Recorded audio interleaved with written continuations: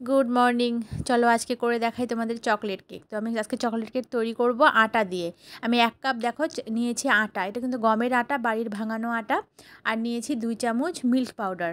আটার কেক করলে সবসময় মিল্ক পাউডার ইউজ করবে, না হলে আটা কেকটা খেতে ভালো হয় না। 1 চামচ দিয়ে দেবো বেকিং পাউডার, আর দিয়ে দেবো 1/2 চামচ বেকিং সোডা। তো এই মাপগুলো ঠিক মতো রাখবে, আর চায়ের কাপ দিয়ে মেপে আমি দেখাচ্ছি তোমাদের, একদম সুন্দর হবে। আর চামচ দিয়ে 2 চামচ দেবো কোকো পাউডার। আমি এখানে লাভহিটের কোকো পাউডার নিয়েছি, তোমরা চাইলে যে কোনো নিতে পারো। আর সবসময় দেখবে একটু ভালো ব্র্যান্ডেড কোকো পাউডার নিতে, তাহলে কি পাউডারটা ভালো হয় কোকো পাউডারটা। আর ওই কাপেরই, যে কাপের আটা নিয়েছিলাম সেই কাপেরই দেখো 1/2 কাপ নিয়েছি চিনি। এই চিনিটুকু লাগবেই, এর থেকে কমালে হবে না, এটুকু লাগে। তবে তোমরা যদি কম খেতে চাও দিতে পারো।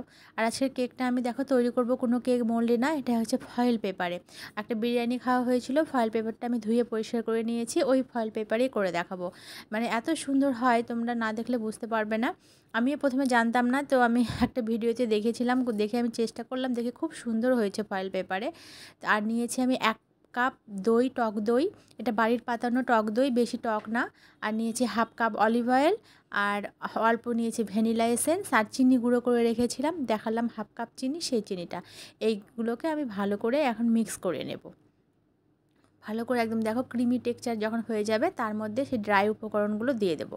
আর একটা কড়াই আমি এখানে স্ট্যান্ড দিয়ে চাপিয়ে দিয়েছি, কড়াইয়ের মধ্যে কেকটা করব আমি দেখবে কেক সবসময় ওভেনে করি না, আমি সবসময় কড়াইতেই করি। ওভেন আমার ঘরে আছে, কিন্তু আমি ওভেনে কেক করি না, আমার ভালো লাগে না। আমার ওভেনের থেকে যে কড়াইতে বা কোনো সসপ্যানে, প্রেশার কুকারে, এগুলোতে কেক করলে বেশি ভালো লাগে, আর কেকটাও ভালো হয়। তো দেখো আমার ওটা হয়ে গেছে, টক দই দিয়ে যেটা করে রেখেছিলাম লিকুইড ফর্মটা, ওটা সুন্দর হয়ে গেছে ক্রিমের মতো। এবার আমি অর্ধেক আর হাফ হাফ করে ড্রাই উপকরণগুলো দিয়ে দেবো। দেখো দিয়ে আমি মাখিয়ে নিলাম, মানে আমার ধরতে একটু অসুবিধা হচ্ছে। আর একটু জল লাগবে, এখানে 2 বারে দিয়েছি, দিয়ে মিক্স করে নিয়েছি। তোমরা চাইলে এখানে দুধ দিতে পারো, তো আমি জল ইউজ করেছি। আর একটু দেবো লেবুর রস, একটু লেবু কাটা ছিল, ভাবলাম দিয়ে দিই, লেবুর রস দিয়ে দিলাম। দিয়ে দেখো আমি এটা ওই ফয়েল পেপারে একটু তেল গ্রিস করে রেখেছিলাম, ফয়েল পেপারে দিলাম, দিয়ে কড়াইতে দিয়ে দিলাম। কড়াইটা প্রিহিট করে নিয়েছিলাম আগে থেকে 25 মিনিটের মতো, দিয়ে দিলাম। আর কড়াইটার চারপাশে যেন বাতাস না বের হয়ে যায়, সেই জন্য একটা মোটা কাপড় দিয়ে দিয়েছি চাপা। এই কাপড়টা আমি দই, কেক, পোলাও রান্না করার সময় ইউজ করে থাকি। দেখো কেকটা 45 মিনিট পরে, 40 মিনিট হয়েছিল, 45 মিনিট লাগেনি। দেখো কত সুন্দর হয়েছে, আমি নিজেই দেখে এত সুন্দর, মানে এত খুশি হয়ে গেছি, এত সুন্দর কেকটা বেক হয়েছে, মানে ভাবাই যায় না। দেখেছো কত সুন্দর।